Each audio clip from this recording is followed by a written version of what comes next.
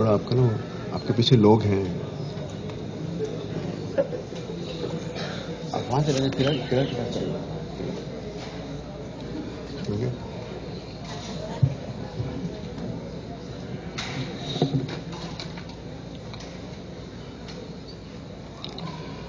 الحمد للہ رب العالمین والعاقبۃ للمتقین والصلاة والسلام علی رسولہ الکریم اما بعد اعوذ باللہ من الشیطان الرجیم بسم اللہ الرحمن الرحیم یا ایہا الذین آمنوا اتقوا اللہ ولتنظر نفس ما قدمت لغد واتقوا اللہ ان اللہ خبیر بما تعملون ولا تكونوا كالذين نسوا الله فأنساهم أنفسهم أولئك هم الفاسقون لا يستوي أصحاب النار وأصحاب الجنة هم الفائزون. اے ایمان والو، اللہ سے ڈرو اور ہر شخص کو یہ دیکھنا چاہیے کہ اس نے کل کے لیے کیا آگے بھیجا ہے، اور تم اللہ سے ڈرتے رہو، بے شک اللہ تمام چیزوں سے واقف ہے. ان لوگوں کی طرح نہ ہو جانا جنہوں نے اللہ کو بھلا دیا تو پھر اللہ نے بھی ان کو بھلا دیا. یہی لوگ نافرمان ہیں، حد سے نکلنے والے ہیں. آگ والے، دوزخی اور جنتوں والے لوگ کبھی برابر نہیں ہو سکتے. جنت میں جانے والے لوگ ہی دراصل کامیاب ہیں. رب اشرح لی صدری ویسر لی امری واحلل عقدۃ من لسانی یفقہوا قولی. انتہائی معزز حاضرین اور سامعین، آج امام صاحب نے خطبے کے آغاز میں حضرت سفیان رضی اللہ تعالیٰ عنہ سے مروی حدیث روایت کی اور فرمایا کہ ایک بدو اللہ کے رسول صلی اللہ علیہ وسلم کے پاس آئے اور پوچھا کہ مجھے آپ ایسی نصیحت کر دیجئے کہ پھر آپ کے بعد کسی اور سے مجھے کچھ پوچھنے کی طلب باقی نہ رہے. تو آپ نے فرمایا کہ آمنت باللہ ثم استقم، اللہ پر ایمان لے آؤ اور پھر ڈٹ جاؤ. گویا آپ نے استقامت کی، ایمان پر باقی رہنے اور قائم رہنے کی تلقین فرمائی. امام صاحب نے ابن تیمیہ رحمۃ اللہ علیہ کا ایک قول نقل کیا. انہوں نے کہا کہ ابن تیمیہ یہ فرمایا کرتے تھے کہ اصل معجزہ ایمان پر قائم رہنا ہے، اور خاص طور پر اس فتنے کے زمانے میں ایمان پہ قائم رہنا یہ کسی معجزے سے کم نہیں ہے.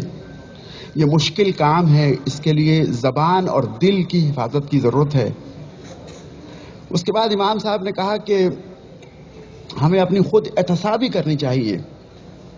یہ اسلامی سال ختم ہو رہا ہے، نیا سال شروع ہو رہا ہے، اور شاید یہ اس سال کا آج آخری جمعہ ہے. تو امام صاحب نے کہا کہ ہمیں اپنا جائزہ لینا چاہیے کہ ہم نے کس جانب پروگریس کی ہے. کیا ہم نے جو ہے وہ جنت کی جانب پروگریس کی ہے یا جہنم کی جانب؟ اس سال میں ہمارا عمل کیسا رہا؟ ہم کس چیز سے قریب ہوئے؟ اللہ تعالیٰ نے ہمیں اس دنیا میں ایک ٹارگٹ دے کر بھیجا ہے، ایک ہدف دیا ہے، اور وہ ہدف جنت کا حصول ہے. ہم نے اس ہدف کو حاصل کرنے کے لیے کیا کوشش کی اور اس ہدف کے کتنا قریب پہنچے، ہمیں جو ہے نا وہ اس بات کا جائزہ لینا چاہیے.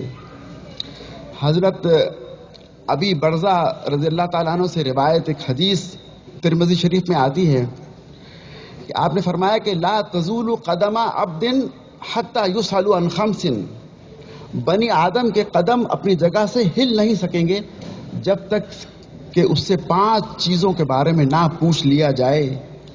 ان عمرہ فیما افنا، کہ زندگی کن مشاغل میں گزاری، اپنے وقت کو کہاں استعمال کیا، صحیح کاموں میں یا غلط کاموں میں. وعن علمہ فیما فعلا، اور جو علم تمہیں حاصل ہوا، جو دین کا علم ملا تھا، اس پہ کتنا عمل کیا، سنا اور انسنا کر دیا یا یہ کچھ عمل کیا.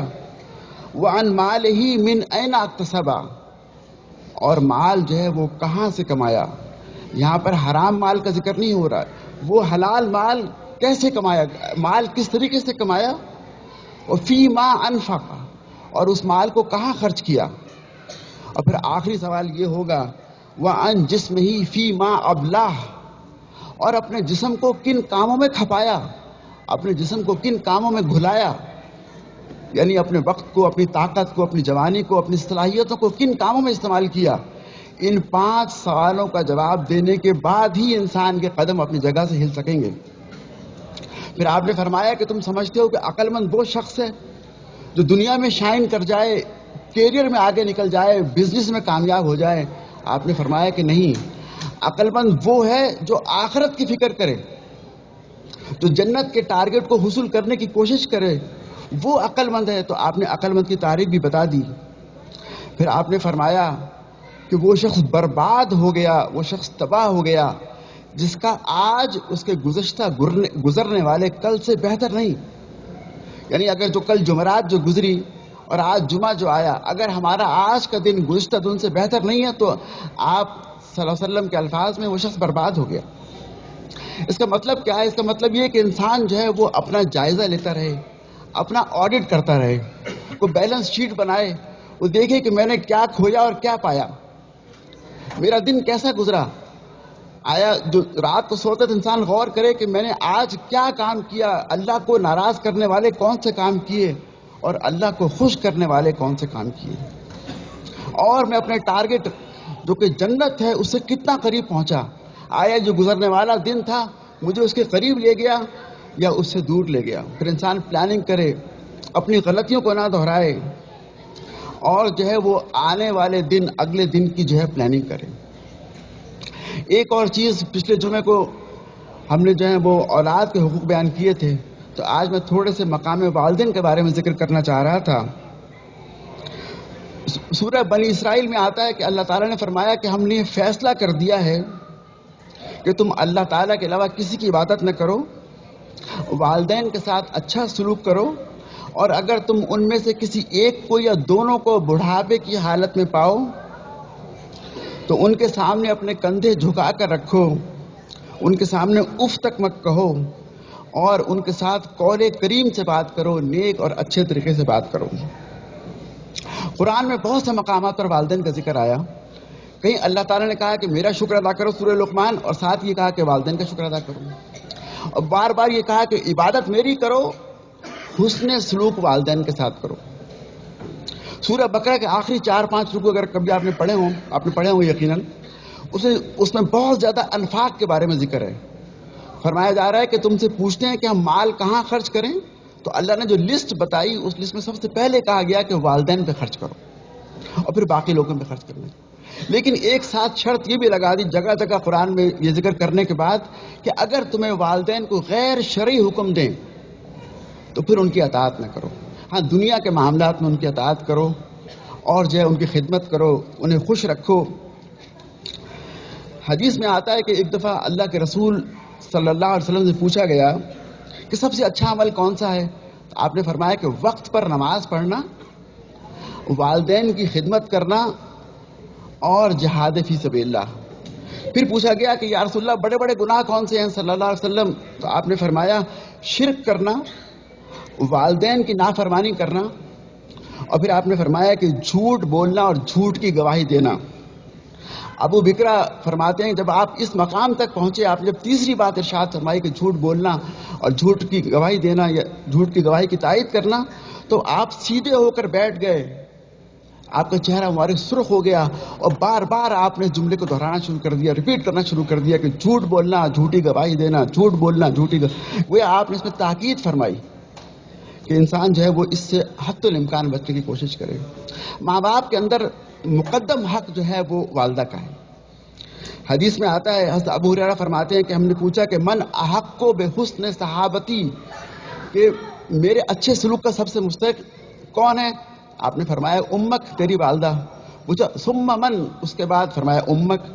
پھر پوچھا ثم من, پھر فرمایا امک. 3 دفعہ آپ نے فرمایا کہ تیری والدہ تیرے حسن سلوک کی مستحق ہے, اور چوتھی بار آپ نے فرمایا کہ ابو کا, تیرے والد. تو والدہ کے بارے میں آپ نے یہ بھی فرمایا کہ جنت جو ہے ماں کے قدموں تلے ہے. بہت سے صحابہ کو جو کہ جہاد کے لیے آئے تھے اللہ کے رسول صلی اللہ علیہ وسلم نے واپس کر دیا. پوچھا تھا کیا تمہارے والدین زندہ ہیں؟ کسی نے کہا میری والدہ زندہ ہے، آپ نے فرمایا کہ جاؤ اور جہاد فیہا، اپنی والدہ کی خدمت میں جہاد کرو۔ اگر کسی نے کہا کہ میرے دونوں والدین زندہ ہیں، آپ نے فرمایا کہ جاؤ جاہد فیہما، اپنے دونوں والدین کی خدمت میں جہاد کرو۔ گویا آپ نے والدین کی خدمت کو جہاد سے زیادہ آپ نے جو ہے وہ اہمیت دی۔ اور ایک موقع پر تو آپ نے بڑی عجیب بات فرمائی صلی اللہ علیہ وسلم، آپ نے عمر بن خطاب سے فرمایا کہ عمر، ایک وقت آئے گا کہ تمہاری اویس قرنی سے ملاقات ہوگی، جب ملاقات ہو تو ان سے اپنے حق میں دعائے خیر کروانا۔ اویس قرنی وہ صحابی ہیں جو کہ رسول صلی اللہ علیہ وسلم زندہ تھے، لیکن آپ کی سے ملاقات کے لیے وہ نہیں آئے، اس لیے کہ ان کی والدہ بوڑھی تھی، بیمار تھی۔ والدہ کی خدمت کی بنا پر جو ہے وہ انہوں نے حضور سے شرف صحابیت انہیں حاصل نہیں ہو سکا، تو اس خدمت کا اتنا اجر ہوا کہ آپ نے عمر بن خطاب سے فرمایا۔ عمر بن خطاب کون؟ اشرف مبشرہ، وہ کہتے ہیں عرش کے نیچے جو مقام ہے اسے علیین کہتے ہیں، اور جو لوگ علیین میں ہوں گے اگر وہ دنیا کی طرف دیکھیں تو ان کے چہرے کی روشنی سے دنیا منور ہو جائے۔ ان میں عمر بن خطاب بھی ہوں گے، ابو بکر صدیق بھی ہوں گے۔ ان سے اللہ کے رسول نے فرمایا کہ اویس قرنی سے دعا کروانا۔ پھر ان کے زمانہ خلافت میں مراد قبیلہ یمن سے آیا، ان کی اویس قرنی سے ملاقات ہوئی، انہوں نے پہچانا اور اپنے حق میں ان سے دعا کروائی۔ تو یہ والدہ کی خدمت کا اثر ہے۔ اس کے ساتھ ساتھ جو ہے اللہ کے رسول نے والد کی خدمت کا، والد کے مقام کا بھی بڑا احساس دلایا۔ آپ نے فرمایا کہ والد کی رضا اللہ کی رضا ہے، والد کی ناراضگی اللہ کی ناراضگی ہے۔ پھر آپ نے فرمایا کہ تمہارا باپ تو تمہارے جنت کے دروازوں میں سے ایک دروازہ ہے، گویا ان کی خدمت کر کے جنت میں چلے جاؤ۔ پھر آپ نے یہ بھی فرمایا کہ باپ کی دعا، خاص طور پہ حدیث کے الفاظ یہ ہیں کہ باپ کی دعا بیٹے کے حق میں ضرور قبول ہوتی ہے۔ وجہ کیا؟ وجہ یہ کہ والد تو جو ہے وہ عام طور پہ مصروف رہتے ہیں اپنے کام میں، اور بہت کم والدہ جو ہے وہ عام طور پہ جو ہے نا وہ دعائیں اور اس سلسلے میں تو اگر والد بھی بیٹے کے حق میں دعا کرے تو آپ نے فرمایا کہ قبول ہوتی ہے۔ پھر آپ نے یہ بھی فرمایا کہ والدین کی بد دعا سے بچنا چاہیے۔ عام طور پہ والدین بد دعا نہیں کرتے، لیکن بعض اوقات جو ہے وہ اولاد والدین کو اس مقام پہ لے آتی ہے، وہ مجبوراً بد دعا کرتا ہے۔ فرمایا کہ وہ اگر بد دعا کریں گے تو والدین کی بد دعا فوراً قبول ہو جاتی ہے، تو اس سے بچنا چاہیے۔ پھر یہ کہ جب اولاد بڑی ہوتی ہے تو بعض مسائل بھی پیدا ہوتے ہیں۔ بعض اوقات جو ہے وہ والدین کی سوچ اور اولاد کی سوچ میں اختلافات ہو جاتے ہیں، ایک کشمکش ہوتی ہے اور گھر کا ماحول بگڑتا ہے، ماحول خراب ہوتا ہے۔ اس میں جو چیزیں ہوتی ہیں، بعض اوقات ہوتا ہے کہ والدین اپنے بیٹوں کو زیادہ مذہبی، زیادہ دیندار بنانا چاہتے ہیں، اور بیٹا اس لیول پہ جانا نہیں چاہتا۔ نمازوں کا معاملہ ہو، قرآن کا معاملہ ہو، دوسری چیزیں ہوں، اور اس میں بڑے فیکٹر ہیں۔ بچپن کی تربیت ہے، اسکول کا ماحول ہے، دوستوں کی کمپنی ہے، یہ سوشل میڈیا، الیکٹرانک میڈیا کے اثرات ہیں۔ تو اس سلسلے میں علماء نے یہ لکھا ہے کہ انسان کو حکمت، صبر کے ساتھ جو ہے وہ آہستہ آہستہ سلو ڈوز کے ساتھ جو ہے اپنے بچوں کی تربیت کرنی چاہیے، غصہ نہیں کرنا چاہیے، مسلسل جو ہے وہ اصلاح کا اور سمجھانے کا عمل جاری رہنا چاہیے، اور ان کے حق میں دعا بھی کرنی چاہیے۔ اگر انسان اس طریقے سے کرے گا تو ضرور اس کے جو ہے وہ نتائج نکلیں گے، شاید دیر ہو جائے لیکن ضرور اس کے نتائج نکلیں گے۔ دوسرا سینیریو یہ ہوتا ہے کہ بعض اوقات جو ہے والدین آزاد خیال ہوتے ہیں اور بچہ بڑا دیندار ہوتا ہے، مذہبی ہوتا ہے، ہر وقت نماز میں، ہر وقت قرآن میں، تو والدین کو فکر ہو جاتی ہے کہ اب بچہ جو ہے دین میں آگے نکل گیا، دنیا میں پیچھے رہ جائے گا، کیسے کمائے گا، کیسے کھائے گا۔ وہ کہتے ہیں تھوڑا بریک لگاؤ، تھوڑا کم کرو، یہ چیزیں کم کرو، یہ کم ہونا چاہیے، بڑے مسئلے ہوں گے، لڑکی تو شادی کرو، مسئلہ، تو اس طرح کی چیزیں ہو جاتی ہیں۔ اس سلسلے میں علماء نے لکھا ہے کہ اس میں جو ہے وہ اولاد کا یہ کام ہے وہ انتہائی ادب کے ساتھ جو ہے وہ والدین کو سمجھائیں، اور بہترین اسوہ اس میں حضرت ابراہیم علیہ السلام کا ہے۔ ان کے والد مشرک تھے، قرآن میں جگہ جگہ تھا یا ابت لما تعبدون، اے پیارے ابا جان آپ ایسا کیوں کرتے ہیں۔ انتہائی احترام کے ساتھ والدین کو سمجھائیں، اور وہ ان کا حکم جو کہ شرع کے خلاف ہو اسے نہ مانیں، اسے کمپنسیٹ اس طریقے سے کریں کہ ان کی خدمت زیادہ کریں، ادب زیادہ کریں، بیمار ہیں تو علاج کروائیں، ہر معاملے میں جو ہے وہ جہاں موقع ملے خدمت کر کے جو ہے اسے کمپنسیٹ کیا جائے۔ ایک تیسرا سینیریو جو ہے وہ والدین اور اولاد کے درمیان کشمکش کا حدیث میں بیان ہوتا ہے۔ ایک بڑے پیارے صحابی تھے حضرت علقمہ رضی اللہ تعالی عنہ، ان کے انتقال کا وقت آ گیا۔ کچھ لوگ حضور کے پاس آئے، صلی اللہ علیہ وسلم فرمایا کہ یا رسول اللہ حضرت علقمہ کا انتقال ہوا چاہتا ہے، ہم انہیں کلمہ پڑھانے کی کوشش کر رہے ہیں، وہ کوشش کرتے لیکن پڑھ نہیں پا رہے، زبان پہ کلمہ نہیں آ رہا، کوئی اس کا حل بتائیے۔ آپ نے حضرت بلال کو بھیجا۔ حضرت بلال اس حدیث کا راوی ہیں، 2 صحابہ ان کے ساتھ اور کیے اور کہا کہ ان کے پاس پہنچو، ساتھ بیٹھ کر زور زور سے کلمہ پڑھو، شاید ان کی زبان پہ آ جائے۔ بلال بھی گئے، 2 صحابہ گئے، کلمہ زور سے پڑھا لیکن زبان پر نہیں آیا، آ کر بتایا، رپورٹ پیش کی کہ یہ تجویز جو ہے یہ کام نہیں کر سکی۔ تو اللہ کے رسول صلی اللہ علیہ وسلم خود اٹھ کر گئے، پوچھا ان کے والدین میں سے کوئی زندہ ہے؟ کہا ان کی ماں زندہ ہے۔ آپ صلی اللہ علیہ وسلم ماں کے گھر گئے، ماں کو مخاطب کیا، پوچھا کہ علقمہ تمہارا بیٹا ہے؟ انہوں نے کہا میرا بیٹا ہے۔ پوچھا کیسا آدمی ہے؟ کہہ رہے بہت اچھا آدمی ہے، نمازیں پڑھتا ہے، عبادت کرتا ہے، تہجد گزار ہے، روزے بھی رکھتا ہے، صدقہ بھی کرتا ہے، بڑا اچھا نیک آدمی ہے۔ تو حضور نے پوچھا اچھا بتاؤ کیا تم علقمہ سے خوش ہو؟ ماں نے کہا نہیں، میں خوش نہیں ہوں، میں اس سے خوش نہیں ہوں۔ یہ ماں کی ناراضگی کا اثر دیکھی کہ علقمہ کی زبان پہ کلمے کے الفاظ نہیں آ رہے ہیں۔ پوچھا تم سے خوش کیوں نہیں ہوں؟ فرمایا ان کی والدہ نے کہ میں نے اس کی شادی کی، اب شادی کرنے کے بعد وہ اپنی بیوی کو مجھ پر ترجیح دیتا ہے، میری پہلی والی عزت نہیں کرتا، میری خدمت نہیں کرتا، اب بیوی مقدم ہو گئی ہے اور میں اس سے ناراض ہوں۔ تو اللہ کے رسول صلی اللہ علیہ وسلم نے صحابہ کو حکم دیا کہ لکڑیاں جمع کی جائیں، ان کو اکٹھا کیا جائے، ان کو آگ لگا دی جائے اور علقمہ کو اٹھا کر اس آگ میں پھینک دیا جائے۔ یہ آپ نے حل تجویز کیا۔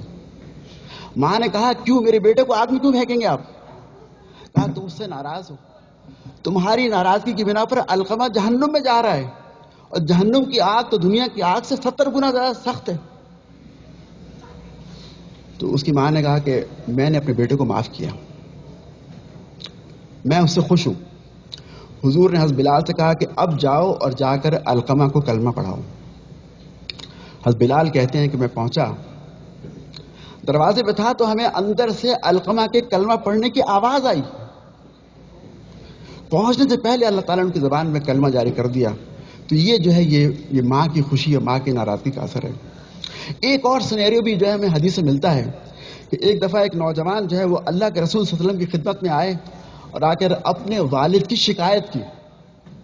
بیٹے نے والد کی شکایت کی، کیا شکایت کی کہ یا رسول اللہ صلی اللہ علیہ وسلم میں کماتا ہوں اور میرے والد نہیں کماتے، گھر میں رہتے ہیں، وہ میرے مال میں سے مجھ سے پوچھے بغیر لے لیتے ہیں، خرچ کرتے ہیں، تو میرے والد کو منع کریں کہ میرے مال میں سے نہ لیا کریں۔ یہ بیٹے نے شکایت کی، حضور نے ان کے والد کو بلایا، والد آئے۔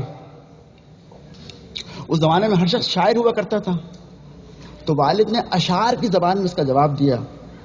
اس کا ترجمہ یہ ہے کہ جس بیٹے نے تم سے شکایت کی ہے، کبھی یہ چھوٹا ہوا کرتا تھا، ہم اس کو کھلایا کرتے تھے، اسے پلایا کرتے تھے، یہ روتا تھا تو ہم بھی روتے تھے، یہ ہنستا تھا تو ہم بھی ہنستے تھے، ہم نے اس کی تعلیم و تربیت کی اور یہ بڑا ہوا، پھر حالات بدل گئے، ہم کمزور ہو گئے، یہ نوجوان توانا ہو گیا، پہلے ہم کماتے تھے اب یہ کماتا ہے اور ہم گھر میں ہوتے ہیں، اور اب یہ ہمیں ہمارے خرچے کے لیے پیسے نہیں دیتا۔ تو لکھا ہے حدیث کی کتابوں میں کہ یہ سننا تھا کہ اللہ کے رسول رو پڑے، اتنا روئے کہ آپ کی داڑھی مبارک آنسو سے تر ہو گئی۔ پھر آپ نے سر اٹھایا، آپ نے جو ہے ان سے کہا نوجوان سے کہ جاؤ، چلے جاؤ، انت و مالک لابیکا، تم اور تمہارا مال سارے کا سارا تمہارے والد کا ہے، تم اور تمہارا مال، یعنی تمہارے والد جو حکم دیں گے تمہیں ماننا پڑے گا، جتنا مال چاہیں لے لیں، تمہیں دینا ہوگا۔ تو یہ وہ مقام والدین ہیں جو کہ اسلام نے جناب وہ دیا ہے، اور یہ مقام والدین کیوں دیا کہ اس کے بغیر فیملی کا یونٹ جو نہیں بنتا، اور جب فیملی نہیں بنے گی تو معاشرہ ٹھیک نہیں ہوگا۔ چونکہ اسلام ایک پاکیزہ معاشرہ بنانا چاہتا ہے، اس کے لیے بیسک یونٹ جو ہے فیملی کا یونٹ ہے، اس میں اولاد کے حقوق ہیں اور والدین کے حقوق ہیں۔